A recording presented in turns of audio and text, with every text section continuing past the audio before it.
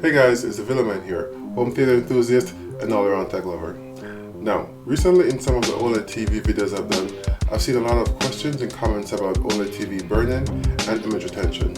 And seeing that I've owned the OLED TV for the better part of 2 years, I figured I'd share my experience with you all. But first, if you like seeing and learning more about tech and home theater audio video, then you've come to the right place because this is where we'll be unboxing and reviewing the hottest products. So subscribe to the channel if you haven't already, and let's explore this hobby together. You ready? Let's get to it.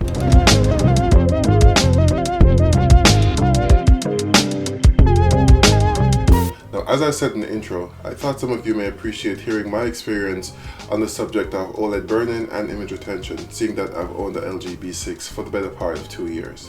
So first, let me just say right off the bat that image retention and burn-in are real, but have I experienced it? Not so fast. Walk with me. On second thought, let's have a seat. So just so that everyone's up to speed, let's go over what image retention and burn-in are. First of all, OLED, which stands for Organic Light Emitting Diode, is an emissive TV technology. What this means is that each individual pixel, which consists of a red, green, blue, and white subpixel, is able to produce its own light. So in this case, it doesn't need a backlight. So each pixel can be individually controlled to turn off and on when it receives an electrical signal. So that's 8 million pixels being turned on and off as necessary. It's a beautiful thing. Image retention occurs when there's a static image on the screen, often for a prolonged period of time, which leaves a slightly visible remnant after the image is no longer being displayed on the screen. The good thing is, this normally disappears in short order with regular usage. The actual time it takes for this to happen could vary panel by panel, but typically it takes from a few seconds or a few minutes to potentially a few hours, which would be an extreme case. Now, burn-in is a more extreme form of image retention, where the silhouette of an image being displayed is permanently affixed to the part of the screen where that image was being displayed. This is the fear that some people have when they think about buying an OLED TV. They essentially worry that channel logos, UI elements from video games, and any other static images displayed on their television for a prolonged period will be permanently burned into their screen. Truth be told, I've never really had this worry. So as far as our usage goes, we watch a fair amount of broadcast TV and the Apple TV for movies and the PS4 Pro and the One X for games. So in these 2 years that I've had this TV, I can say definitively yes, it has had image retention. Here's how and why it happened. Contrary to what some might think, it was not actually a TV logo that caused this to happen.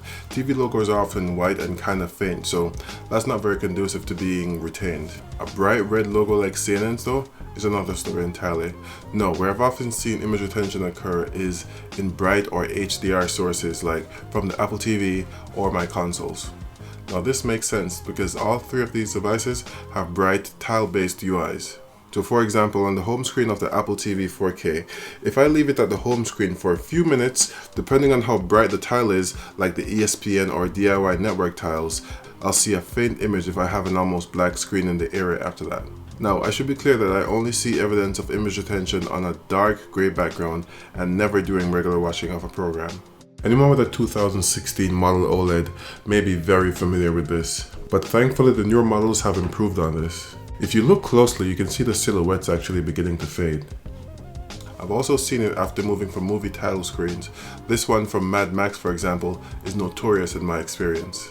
You can actually see the outline of Charlize Theron and that other guy, what's his name?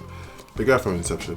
And again, this often goes away in at most a few minutes. Burn-in, on the other hand, I've never experienced. I think this is far less likely to happen to someone who is using their TV in a home setting. Granted, if you watch a lot of stations like CNN with its bright red logo on one of these TVs, then you may run into some issues, since scientific reviews have found that the red subpixels degrade faster than the other subpixels. But it's for this very same reason that LG Display altered the subpixel layout of the panels for the 2008 model year, making the red pixels bigger and thus more resilient. So what's the conclusion?